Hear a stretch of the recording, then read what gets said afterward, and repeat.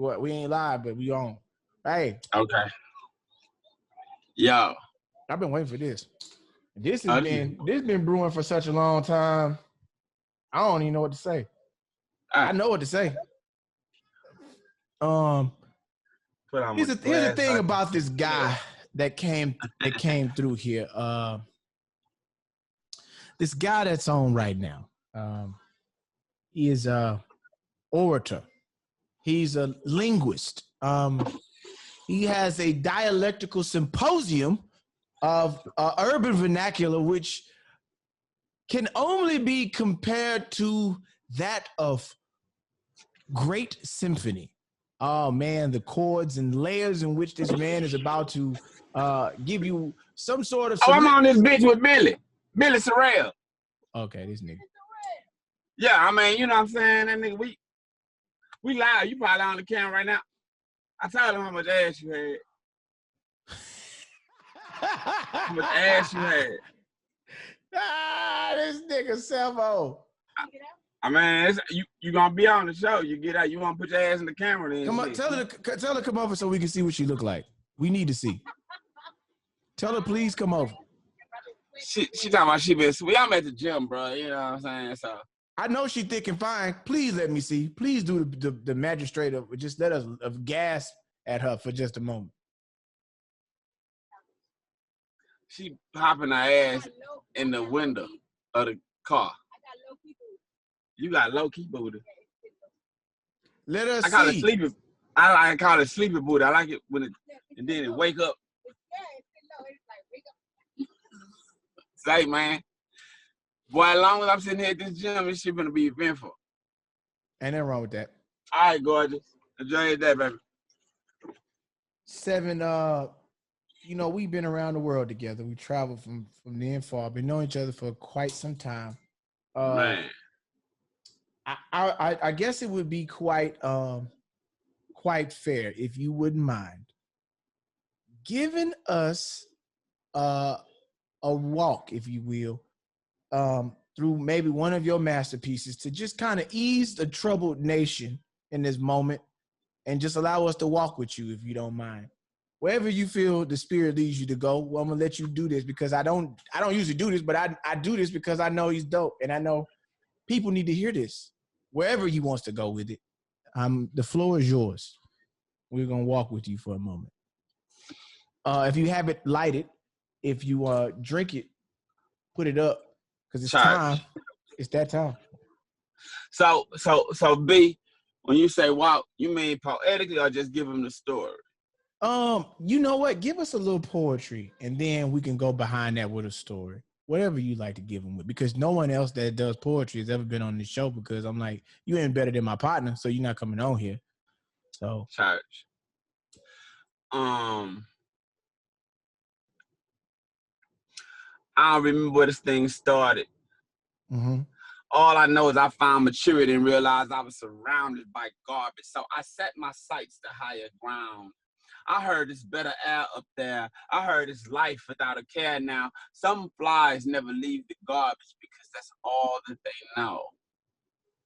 And the garbage they be on never leaves the back of the store. But not me. I decide to write.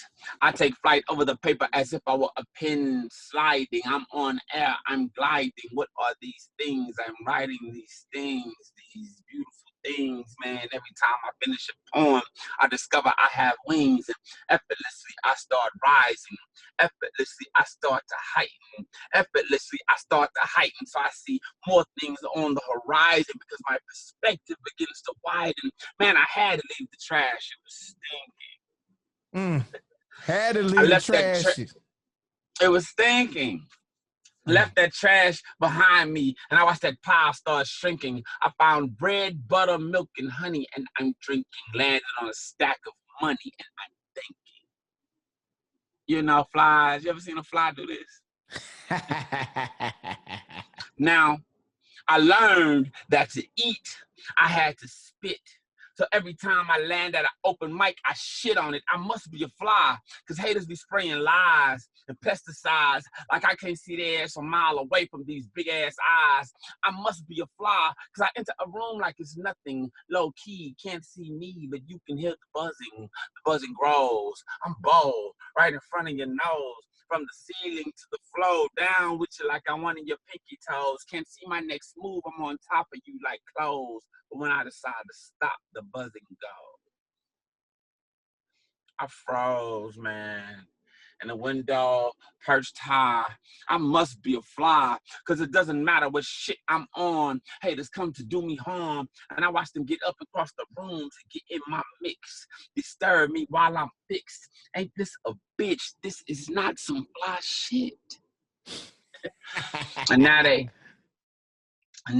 you know, spraying things, taking swings, and it seems they won't stop until they get me on the front of their newspapers and magazines. They blow up my head, distort my face. Say, man, let's talk about that. They blow up my head and distort my face. You know, the OJ case was the first time that I was made that the media plays tricks to make the black man look more menacing. They blow up my head and distort my face. Man, they rolled this boy to get to the point. He didn't even believe he was black no more. I'm not black. They blow up my head and distort my face. I'm See, not. When Mama them and Mud them, God rest her soul, would hang them bags of sugar water on the porch. Billy, see, you from the South, so I know you fucking. Yeah, they don't know. They don't know about that. When they hang them bags of sugar water on the porch, bro, in them Ziploc bags, you know why? It scared the flies away. Why? Because it blow up their head and distort their face. So the fly, when he fly toward it, he sees something coming towards himself that's larger than himself and more menacing than himself, and he runs away. They blow up my head and distort my face, so the image of myself becomes the image I learned to hate. That's why niggas don't fuck with niggas now. And now we have to play a game of cops and robbers, duck and dodge, fly swatters. Plus, I could catch the clap from the wrong Venus flytrap. Clap for the wrong Venus flytrap. My nigga. He here. All right. Shit. Okay. The year is 2003. I'm at Texas Southern University. I'm learning to become an artist. I'm learning to become myself. I would tell people that I'm becoming a comedian, but that's not what was happening. I was learning to become myself. And what I came around, there was 3 guys that helped shape me and mold me on a daily basis that I would see. Ali, Marcus, and Seven. Now, that was a 4th person who would be around, and he would just antagonize me pushing this shit to go further. His name was Keelan Farouk. And at that time, I'm 20 years old, so I'm like, I'm really still don't know really shit about life. I mean, I think, okay, if I got a pretty girl, that's all that really matters. I'm fresh, I'm cool, I got a haircut, I got a few dollars in my pocket, and a few dollars, I mean like maybe 35, maybe 40. You know what I'm saying? We're a long way from that now. We're a long way away from that now. But, you know, at the time, you know, a nigga phone is on. You got some gas in your trunk. You got about $40. You know what I'm saying? You might have 100 in the Bible that's in your trunk that's like for a rainy day, but you ain't touching that. Right, That's where I'm at. And so I'm seeing y'all, these niggas got on $300 tennis shoes. These niggas got on, you know what I'm saying, $500 suits. Them boys riding around in whips and got bras that's like, nigga, ball players fuck with her, but how you got it? Like, that's... Bro, we was, you know what, man? That's crazy, bro. We was getting custom suits, man. We get a custom suit made just for a DVD recording or a show. Just customized suits, man. I never thought that doing poetry, bro, I would be able to afford custom suits. You know what I'm saying? Top to bottom, bro. Yeah. It's been a lot. Damn, it's a long time ago, bro. 03, sure was. Man, bro. You know what's funny is, you know what's funny is like these times, it's like that are upon us. You know, you try to think back to times to where you experienced something like it. And I think it's just really like becoming comfortable being yourself is where you start really taking that like inner self voyage. And I think that year was where I started really diving into who I really was gonna become, who I really wanted to be. That was outside of what my parents' vision for me was. And it was like watching y'all, I became more comfortable like being myself, because before that point, myself was the vision that I feel like somebody else had for me. It was an expectation. It was like what people anticipated, how I should act, how I should think, how I should respond and stuff. And so I definitely owe them years, because them years was just like so fundamental. You know what I'm saying? Me and Blaine was running around and shit, and we get in there and we go on the candy lady. And so it's only like maybe 80 people, 100 people that is really popping. But at the Right. candy lady, you know, that's sold out. You know what I'm saying? Shit, you get, you know, we in there. So I'm in college, I'm coming up. Y'all got other shows at other places. So I'm just watching this shit take place. So that's kind of where it started. Keelan and Marcus opened the comedy club, or it was called the Candy Lady. Now it was supposed to be clean. The first couple weeks, it was like clean comedy. It was clean. It sure It was was. clean. And when we used to perform there the first couple of weeks, it was no cussing on stage because it's the Candy Lady. Don't disrespect the Candy Lady. And then I'm trying to think who came in there with the cussing. I don't know if it was Lee came in there with the cussing, if it was Dre came in there with the full-blown cussing. It was Dre, bro. Dre came in there, man, fuck that bitch up on that wall. Yo, you know what we gonna do with this? I went to JY. It was Dre, bro. I went to JY. So, dog. You know, and the thing about that was, you know, that's a great story in itself, man. Because we had enough moral compass. You know, one of the reasons we didn't curse in the Candy Lady, you know, because Dr. Farouk was in and out of there. You know what I'm saying? That was Keelan's mom. So we just we weren't blatantly disrespectful. But when we caught on to the fact that at night, Dr. Farouk wouldn't be there, and you know how much we could get away with, because Keelan didn't really give a shit. You know what I'm saying? Yeah. So when we figured we could get away from that, we did. And the beauty in getting away from it, because it allowed us to explore. Our partners, you know, our friends, man, these dudes were some of the first dudes, not the only, but definitely some of the first dudes to ever own their own comedy spot. No matter how small it was, they pulled it off. You know what I mean? Yeah. And it allowed us, man, we had open reign to do shows, to do, you know, to work out in there. It would be nothing, because it was ours. It was we was really on some Rat Pack shit, bro. Yeah, and it was like, you know, what was dope about it was like, you know, you followed through, and it was like you were fans of each other because you learn and you watching it develop and unfold.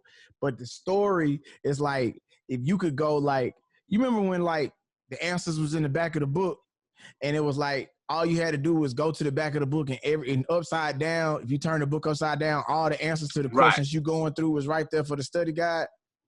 If you would have went and turned the book upside down and started reading the answers, you would have been like, hell nah, that's how this finna go? And then, you know, you don't see it like that.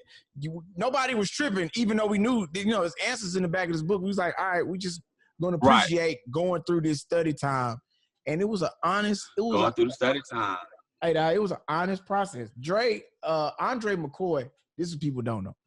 I never told this story on the podcast, but I haven't been compelled to tell it, nor have it really just been right here. Like, this is a story to tell. So I struggled starting off because I fought between what my life was, what I thought was funny, and what I thought people would laugh at. Those are three different things. My life, what I thought was funny, and what I thought people would laugh at. And when you're not focused on just your life to be like, this is what I'm basing what my comedy is or my art is from what I feel, from self-expression, you run the risk of, you know, you're not authentic. And that conflict of unauthenticity, what you stay in until you decide to accept who you are and the way you view shit. But most people never come to grips with their inauthenticity. Watch this though, bro. In all fairness, bro, you said I was 20 years old. Bro, you ain't have enough life experience yet. You know what I'm saying? And you was still fucking funny. You know what I mean? Bro, I have seen life chew you up, spit you out. But it's one thing, no matter what part of life you in, you always stand on your motherfucking 10 toes, my nigga. You always come back. And you get funnier and funnier. You grow and grow and grow. Bro, just think, you haven't even reached your prime yet. You ain't even reached your prime yet, bro. You still playing with them. Bro, you got more to give. You got more to go. And you funny as fuck. We at home in the H, bro, we saw the LA move. And when you dipped to LA and you came back, if a motherfucker sit down and say, you were not different, if a motherfucker, they didn't see no growth, they hating, bro. Because it was obvious. It was like, oh, okay. You know what I mean? And everybody that was down, your partners want to see you grow. They, you know what I'm saying? It was obvious, bro. And you came back and you was kicking ass, and you still kicking ass. This conversation started out with you saying, just give me a little. I'm going to be fully independent. Bro, you on your way. Bro, it's like I watched y'all, like I watched you going to the poetry lounge, man, and just like making that a brand. And it was like, I had all these things that I watched. So it's like, as I'm growing and as we going through this walk and getting to your stories and getting to your life and getting to things you experience, I'm telling you where I was just as a passenger on the voyage of it. So like this night in particular, we at the Candy Lady. They decide this night that they gonna have a comedy contest. Now, there's 2 comedy contests that went on. There was the Giggle for Shizzle, and then there was a night niggas was like, man, boys come up here tonight, we giving away $500 for the funniest nigga to come up here. I don't know if you remember this night. So we got a packed house. 7, you went up, and the argument was who was gonna host the show, because Marcus was like, yeah, I'm not cussing. I'm not going in there with all that cussing. And Marcus, even though he was the co-owner in the club, his mindset on going in there doing shows was like, if it was something, they did it, but it wasn't like, I'm going up every night. He'll be in the back just chilling, walking around. So this night in particular, 7 brings me on the stage. He was like, all right, man, fellas, we got this show tonight. I'm non-biased. I'm a poet, but I'm still funny. And I watched the nigga work the room, tell jokes, say funny shit, do a poem here, there, and you brought niggas up. So this night in particular, Doc Shep, it goes up. He started doing real good. Then Dre comes in, and this the first night Dre drags that guitar down the middle of the aisle, and it's he goes up to Nickelback. He's I'm finna flip it on him. They finna see it. They finna see me tonight. Oh, I'm finna turn into a monster. So Dre goes in there. Lee is there that night, and Dre start killing these niggas this one night. Lee talking about, yeah, I got jokes just like that. Yeah. So I'm not doing no competition. So Dre killing. Yeah. Me, Dre, Alfred Rose, who's dead, R.I.P. And I think it was Blame. It was only 5 of us in the show. So Dre closed the show out. Then a bunch of Yates people was in there, but he ended up killing real that night. So Doc Shep gets mad and is on some, y'all gonna pay me because I was the best nigga tonight, and y'all don't want me to win because that's y'all homeboy. So nigga, I remember that night. They got to arguing about the money, about he felt like he won, they cheated me, and do you know this motherfucker right here? You know, and so we all was like, man, we don't want to jump Dr. Shep, but we can't let this nigga just get run amok because he talking shit to everybody. I mean, bro, he was going in. School was going in, bro. And 7 said this. He said, this is what you say. I remember it like it was yesterday. Let me tell you what you had on. Nigga had on some jeans. You had on some like square toes. You had on like it was brown. You had on a dress shirt. You had a vest on. You had a tie on, and you had on like it wasn't a Kango, but it was like a paperboy hat with a little brim. And you was like, straight up, you really getting disrespectful out here. And I ain't gonna tell you, but I'm gonna tell you getting disrespectful out here. And listen, I'm from Sunnyside. Hey, and man, you really tripping. You really tripping right now. It's too many hoes to be out here, man. You tripping. And the goddamn 7, I'm just saying, man. And you was like, listen, you got to calm down. You can't be yelling at me. You can't be yelling at these people. These people spot. You tripping right now. Look at yourself. And the nigga calmed down, and nigga left. Bro, that is that hood shit in me, bro. That you know what? At one point in time,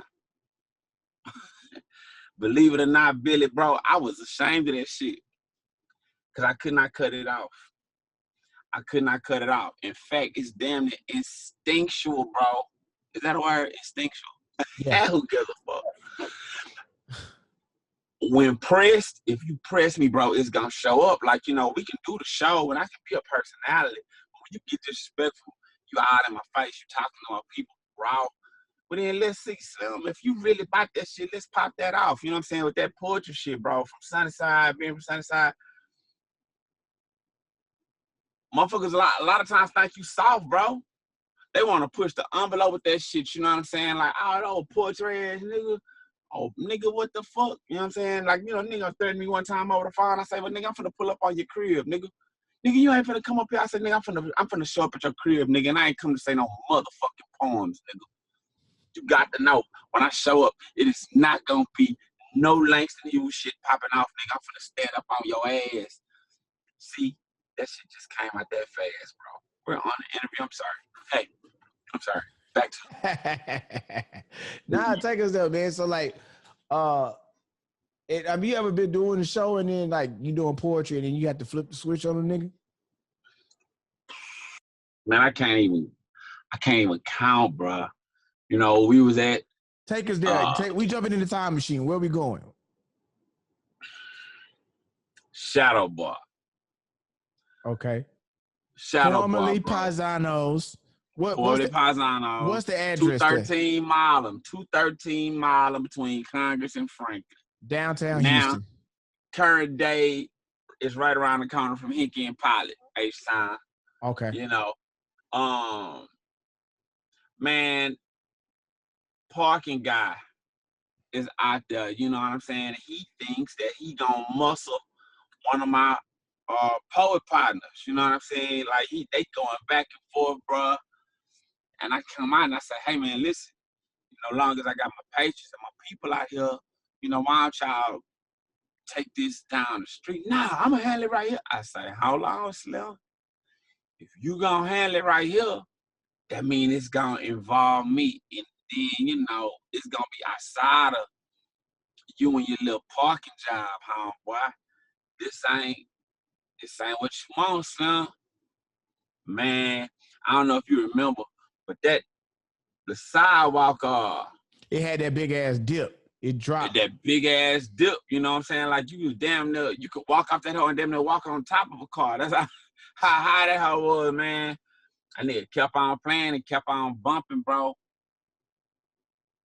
Man, I tried to push that nigga in the oncoming traffic because, you know, Marlin, bro, that's the off-ramp from I-10. It's an exit. It's a freeway exit. That boy kept on playing with me. I tried to shove that boy chest to his back and push his ass off that lip. So he flew in the traffic, bro. That was one thing. Another time, me and my partners was walking down the street, bro. We was like, wow, you ready for this? Yeah. Handing out flyers. Oh, yeah. You know what? Let me explain something about the flyer culture real quick.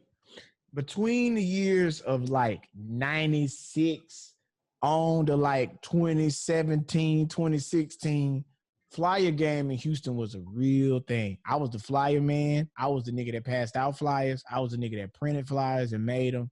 And so people's whole obligation and livelihood was the hustle. Was like, I'm gonna promote, I'm gonna pass out my flyers, let people know what's going on. You're giving out these invitations. It's a quick way. If you got some flyers, you're gonna get on some bitches because women want to come to a party. And then if you gotta be fresh, but at the same time, you gotta be prepared for an ignorant nigga in the street to be on some wild shit. Now I'm gonna tell you what it does do.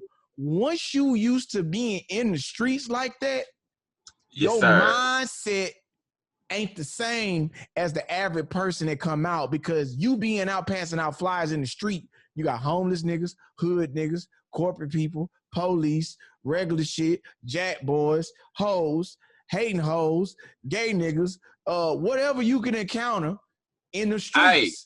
So Hey, you really you ready to got, be like, I'ma holler at this bitch and party, or nigga, we gonna beat the shit out of whoever this nigga is that's tripping. And we ain't tripping which way it go tonight either way.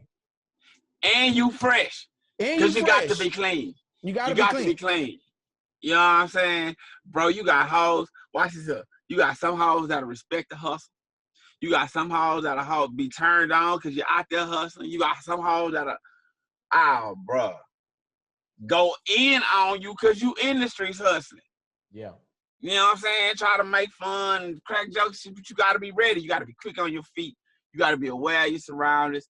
All that, bro. So, man, we out, you know, handing out flyers and stuff. And some white boys, man, these boys done got shit-faced drunk. And they come around, they finna, like I said, you know, we got that lift right in front of the door. They go to kicking the flower pots, them big concrete pretty motherfuckers. Yeah. Kicking them motherfuckers in the middle of the street, bro. You know what I'm saying? These are thousands of dollars worth of, you know what I'm saying? Because the club was nice. Man, we came around that counter. They tried to run, bro. And we caught them in that park, in Market Square Park, right there. And the owners of the club, Jason and James, came around that corner and caught up with us, and saw me and my homeboys and locked them boys up in that park, and they couldn't shake. Man, and that was one of the turning point nights that made me so, you know, respected as a rider. And you know, with that squad, with the Shadow Bar crew. And from then on, I never forget, man. We went on, that was my first bar crawl. And I learned what club etiquette was, or courtesy was. If you own a club or you're a part of a club crew, when you go to another club, you automatically get in free. No line, no waiting. You don't pay for your drinks. It was a wild night. Y'all going crawling spot to spot, dog. I miss that shit. You know, when you know everybody, you go from room spot to spot. Man, we go by such and such spot, fall through there. Man, you done hit up 3 or 4 spots. Now you like, man, shit, I am fucked up. Bro, and if you remember, back in them days, the before it was called a Pink Monkey. Rehab. You gotta tell me. Rehab, bro. Oh, I got some rehab stories and some Pink Monkey stories on here. What you got for me, man? Tell me where we going. What you got? What happened at the Pink Monkey? Rehab, bro. Okay, so I don't even understand what that little spot. It was you remember that little padded room in the rehab, bro? Yeah, padded room was in there. Then they had an outside patio. You know, a nigga fell off that ditch, fell off that and fell into the bayou. I heard about that. I heard they found that boy way down close to the ship channel. Swole up. Later on. Boy, that was when everybody was on them disco biscuits. Hey, man. My first drug experience really was in around that time. That's when I was at rehab. We was getting that bitch. And it was a nigga in there I'm gonna tell you exactly who the nigga was. He later became what's his nigga name? Riff Raff. Riff Raff used to follow through there. Him and another little Asian boy following that bitch with contacts in and grills, and they was giving out pills. They was pill men. Them niggas had them $5 10s and they had them $10 double stacks. So we get in that bitch early for the free, $1.75, $2 drinks. Then we put 10 on 2 pills. So we done got two. You know, I'm put up a dub. So that's 2 10s. I'm double stacked up. That's shit. Now I'm in that bitch. And we rolling until 6 in the morning. You come out the stairs coming up. It's some stairs to go into that motherfucker like a basement. And there was stairs to come out. And when you come out the stairs in the morning, all you can smell the sun coming up, and it's hot dogs and people selling tacos out there on the street. And you like, nigga, did I really stay in here all night partying and drinking? Yes, sir. Yes, sir. 6 a.m. Easy.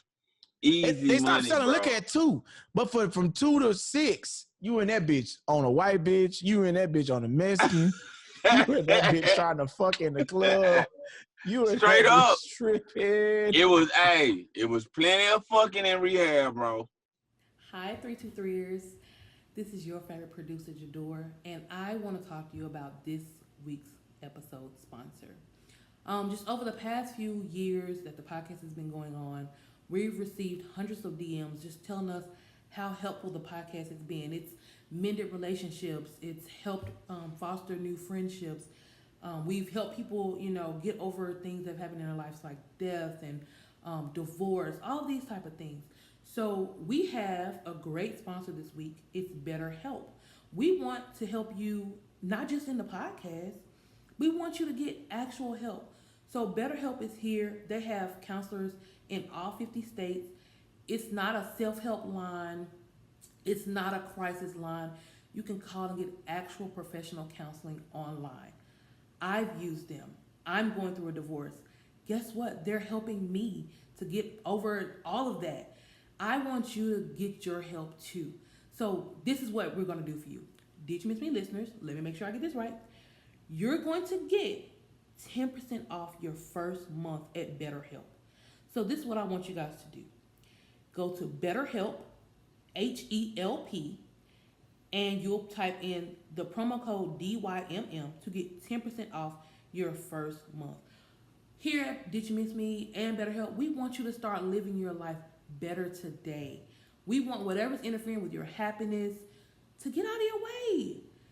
Remember, it's online. You can do it. I'm right here by the Kobe poster. You want to know where I do my sessions? Right here by the Kobe poster. You can do the same. Hey man, it's COVID. Everything's shut down in some places still. Everybody's doing everything online. Don't you want to get your life together while you're in the house? We want you to do it too, because we want you to have genuine laughs when you come to the Did You Miss Me podcast YouTube page. We want you to be in the world having genuine laughs and not go home and have the life stresses weighing you down. Again, go to BetterHelp, HELP.com. Put in the promo code DYMM. You couldn't. The bouncers, they would try to stop that shit. That shit was a waste of time. It was popping off in that hole, bro. And they wasn't sick. Man. They tried, nigga. And then if you could slide past the motherfucker at the bottom of the stairs and get past her and turn that corner into the club, because the club it's a wrap. They can't get you. She can't come out that box and find you, and it's dark in there. Yeah, nah. Yeah, it would be so dark, bro. I don't even see how we could really. And someone's being in that house with shades on, just like the ones you got. In the dark. I need it darker. I need it darker in this bitch. You ever left out of there with 2 things out of Pink Monkey, out of them clubs downtown where you had 2 of them and you was like, man, I got to take both of y'all out of here. I must say, my 2-piece days wasn't on back then. I wasn't. You wasn't 2-piece. I had done it before, but I had never just pulled them fresh out the club like that. You know when did that start happening for the 2-piece days for you?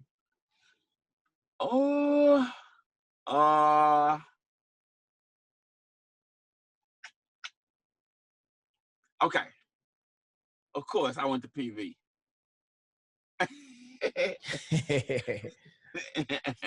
I went to PV, bro. So I stumbled upon a couple 2-pieces. You know what I'm saying? Yeah. Them the stumble upons. When was it like you're watching a master at work? And bruh. I must admit, my most masterful work, bro, has been 2010 on. It was effortless. In fact, the coldest move I ever made, bro, was in LA. Okay. That's when I knew I had entered the matrix. Yeah, you got in there. Man, bro, watch this up. You want the story? I want it. Give it to me. I'm all in there. I'm all in there. Me and chick meet online. She tells me, well, let's jump out early and get something to eat. Her homegirls had abandoned her for her birthday. Okay, Everybody so why are you in LA? You just went out there to see her, or you were just out there fucking around? No, I am in LA to record a show, a poetry show, Verses and Flow. Okay. At the time. Okay, Verses and Flow. And if you ain't seen him on Verses and Flow, check it out right here. Yeah. So right, I'm in LA. Go ahead. I'm in LA to record Verses and Flow, bro. And link up with this chick. It's her birthday. She's not happy, you know what I'm saying? So we pull up, we go to PF Chang's, we eat. You know, she didn't think it was gonna be what it was. She loving my situation, you know, how I put it together, you know. So later that night, she tells me, come to this club, and just get the girl at the door your name. Now, I ain't never pulled no shit like this in LA, so I'm thinking that this shit finna go whack. It's finna be lame. I get to the door. First off, when I got to the spot in Hollywood, nothing but Asians. Sound like Playhouse. Nothing but Asians, bro. Not no, nothing but Asians, bro. Like, I'm like, I'm in the wrong spot. I go to the door, girl. I give her my name. The rope moved right this way. Okay. Bro, it's one of them. This is my first EDM situation. Okay. Bro, yeah. The light show is spectacular. You dig? Yeah. They take us upstairs. It looks to be like an old theater or something like that. You know what I mean? So, okay, cool. So now, you know, we chilling. She orders a bottle. Bottle comes. We getting lit. I got my kinfolk with me. She says, you want some Molly?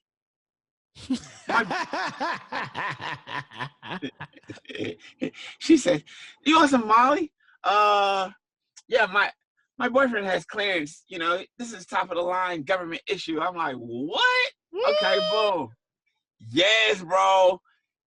Bro, she goes in her bag, opens this little case, right? It looked like it snowed in that bitch. She opened the case and dropped the case, bro. It looked like it was snow all over the steps. That's how many pills this girl had, bro. Like, it's the wildest, some of the wildest I ever seen, right? So I'm trying to help her pick them motherfuckers up, or like, you know, anybody sees and we go to jail or some bullshit. Yeah, you ain't trying to go to jail. You fuck all of that. You ain't trying to go to jail. You like, I gotta get this shit up. She starts passing them hoes out. She starts passing them hoes out to everybody, bro. So 5, 4, 3, 2, 1. Now it's somebody in our face with gloves that light up on the fingertips doing this kind of shit.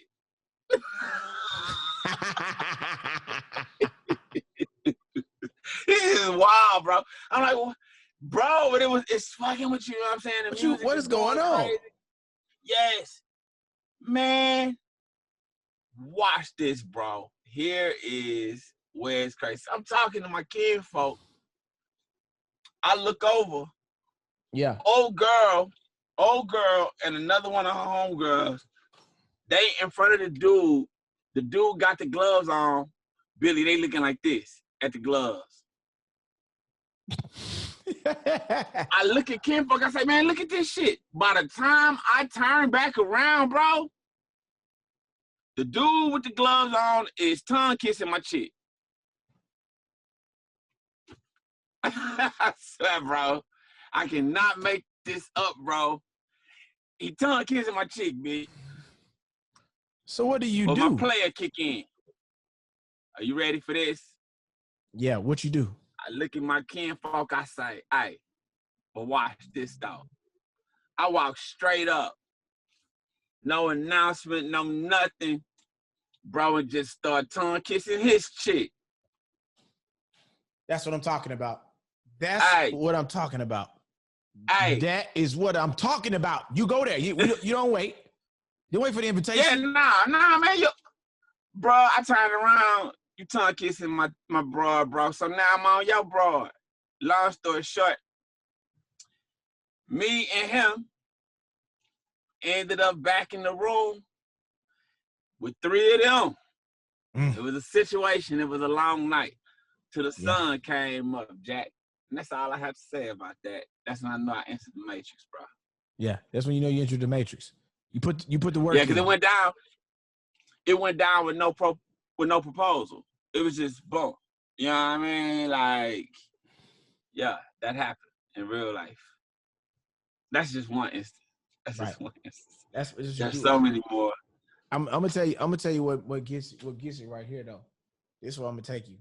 The year is 2008. And let me tell you what's going on.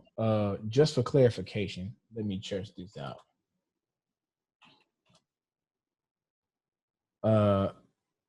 Yeah, it's 2008. I'm gonna tell you something. I'm gonna tell you about bitches. A woman will make you remember shit that you thought you forgot about. It is September the 6th of 2008. I am in Houston, Texas. Okay. I'm living in Savoy Apartments right there off Southmore. So I am my patio overlooks the balcony, overlooks the pool. Hurricane Ike comes through, destroys the city.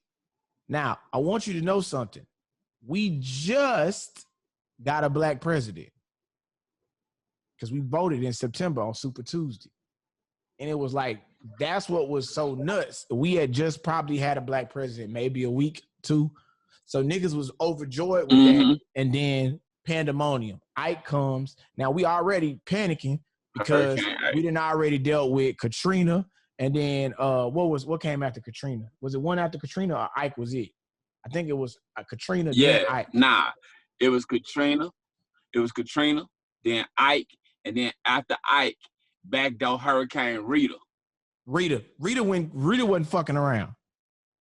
And Rita tripped the city out because we was in such a panic from Katrina and Ike that remember the whole city tried to evacuate at once, and we all got caught on the freeways.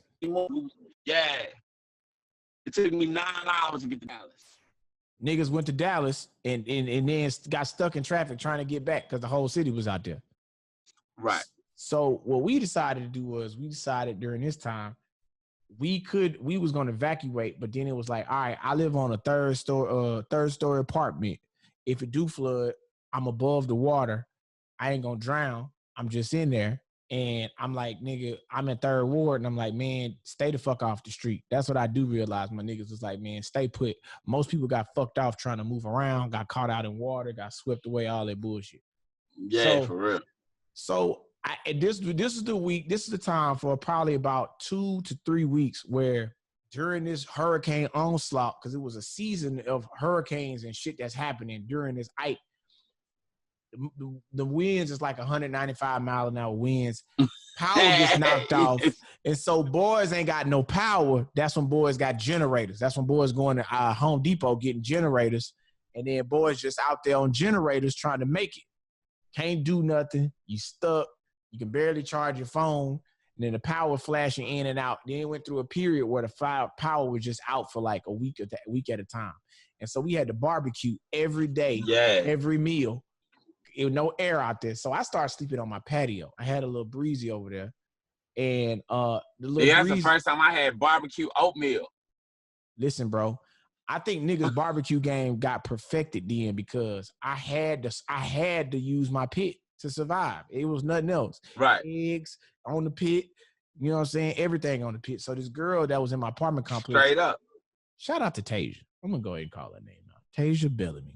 Oh, you calling names? Wow. Let me tell you something, bro. Let me tell you about that. Tasia was dope. And during that time, we would talk, then we stopped talking, then we talked again. And it was like, she was so fine and orange and had this curly hair and these green eyes.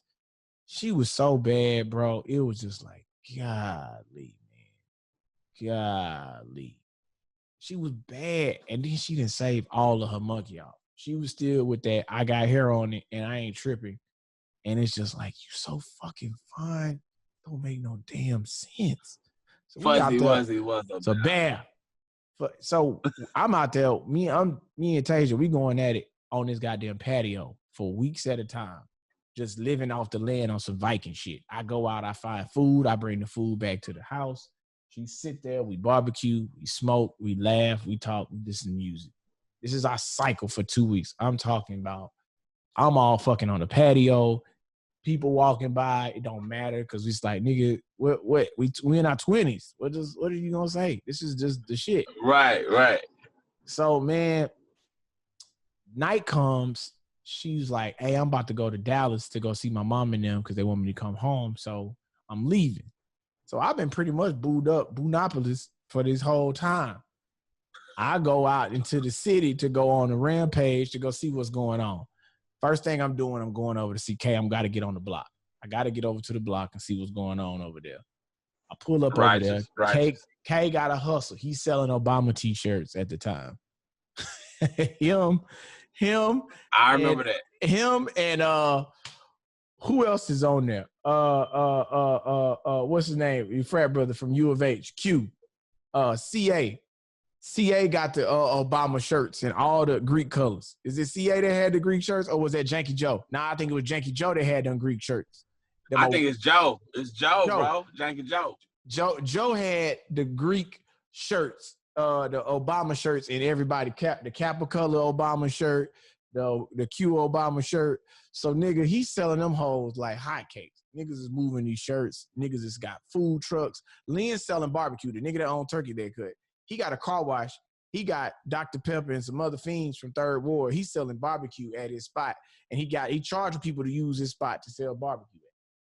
So, man, we sitting there. I'm on the block, and I'm like, man, he said, man, go try and see if you can move these shirts. He done give me these shirts. I take them right over to the Stripes. Used to be, what was it before Stripes? I can't remember what it was, but I think it was a Chevron. Exxon. It was an Exxon. Chevron. Right Exxon. across from Denny's off Southmore. So I go over there. I'm trying to move the shirts. I'm in my Impala.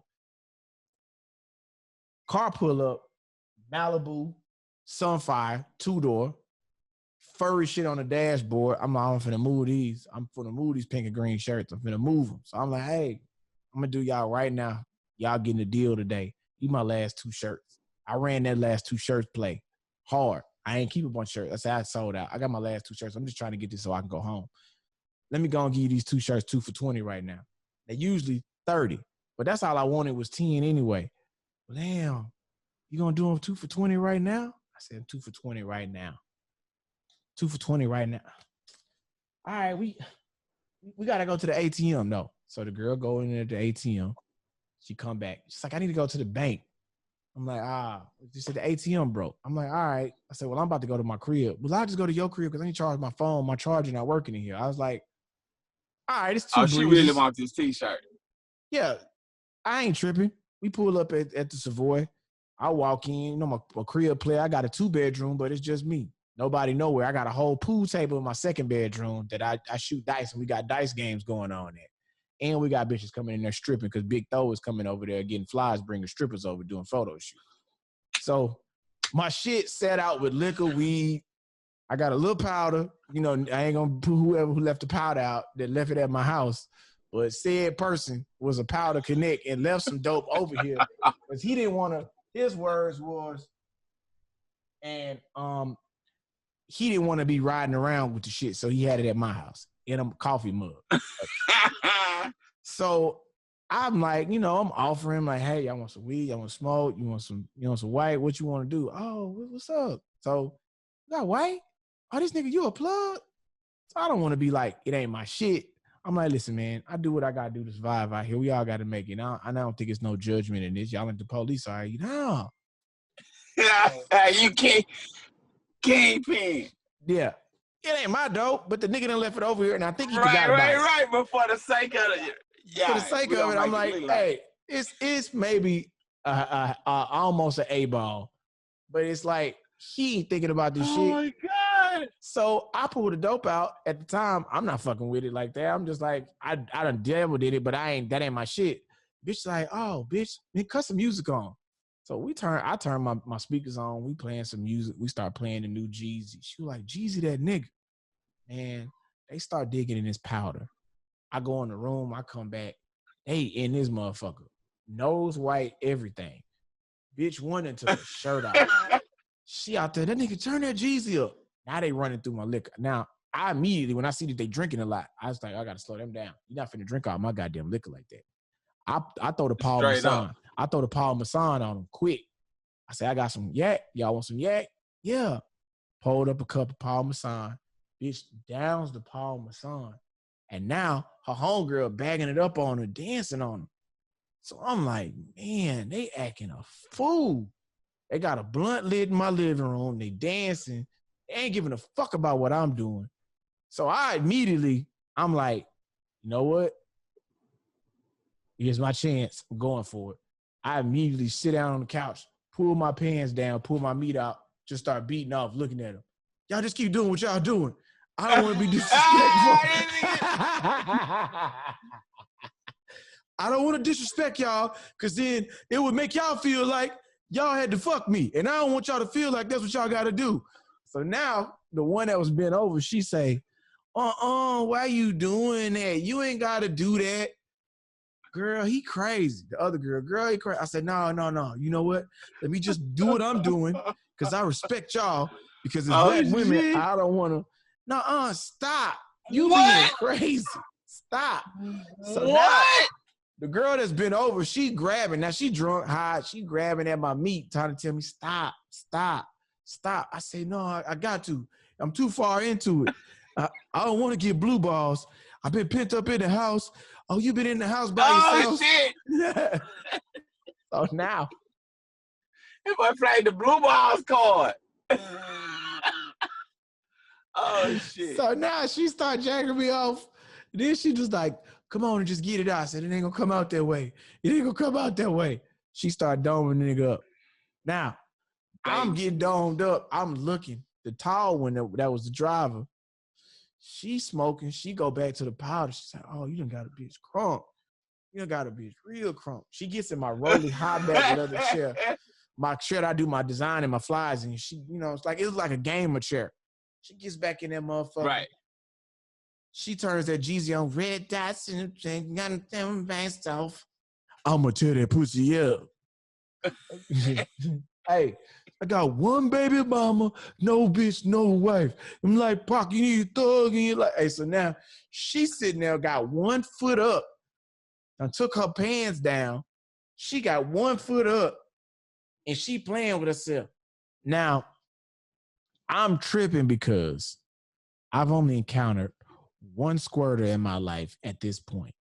This is my second squirter that I did not know was a squirter, and it scared me because she started squirting in my chair, and I was more mad about my chair. I was like, hey, you first mine.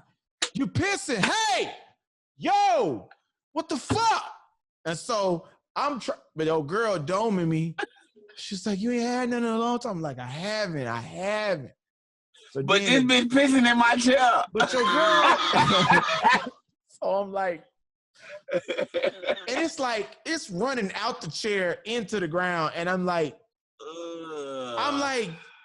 conflicted. I'm like, oh man, you got to clean that up, bro. I'm about to knock your homegirl down. Y'all got to move around. Y'all got to move around. So in my mind, I'm kind of turned off by it, my old girl. I see your girl done, look at your girl done in my chair. She stops doming me up, meat in her hand, looks like this. Oh. Crawls over there to the chair, starts eating her girl out. Now I'm sitting there. I'm like, Her girl, she getting ate out. Squirter sitting there making all the noises. I'm jacked up because I'm like, nigga, you done sucked me out for a hot 15. Now I'm ready to drill something. So I'm thinking, first move, if you getting ate out, you got a mouth open. I'm going for the next available mouth. So I go crawl up on my window ledge and try to put my meat in her face. She turns her head like on the window ledge. If you know how the window got a little ledge to it, I'm trying to. Boy, this nigga went full Spider-Man. So like she's like, oh, wait a second. She started doing all that shit. I said, all right, man, I'm finna get up out of here. I crawled down. I scoot up under old girl on the bottom. I start knocking her from the under bottom of it. I said, yep, I'm done. So straight up. I'm out of there. I got mine. Hope you I'm out of there.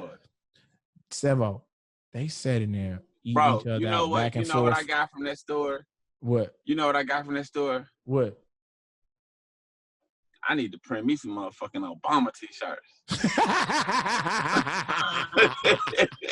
I came back in the room and both the women looked me dead in the eyes and they said, did you miss me? God damn. Took y'all ass around the world and dropped y'all ass off. This has been the Did You Miss Me podcast, the best storytelling podcast in the world. Man, my special guest today, Seven the Poet. Seven, tell them where they can find you at. Hey, man, y'all can look me up at anything, Seven the Poet, S-E, the number 7, E-N-T-H-E-P-O-E-T, Seven the Poet. Just Google it. YouTube, all that shit that pop up, search me, find me. iTunes, what you got over there? You got some poetry albums over there, too. Yeah, man, iTunes, I got I almost said I got a gospel album, which I do. But, I mean, after such content, I don't think it's the best place to promote. You know what I mean? But I do have an album called Make Me Laugh, Make Me Cry. Ladies, that's some good candidate, rainy day, cleaning the house, comfortable, poetry, music, jazz type vibe. You know what I'm saying? I always record live, and I record with a live band. That's on iTunes. Make Me Laugh, Make Me Cry, Seven the Poet. Already. Hey, from everybody here at Did You Miss Me podcast, we want to make sure we tell you thank you for checking us out today.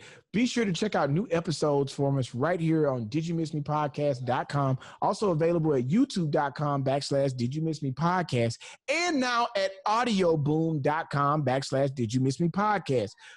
This is the best storytelling game in the world. My man, Seven has been here today. Shouts out to Damn Fool. Shouts out to D-Lay. And for everybody else here, we'll see you next time.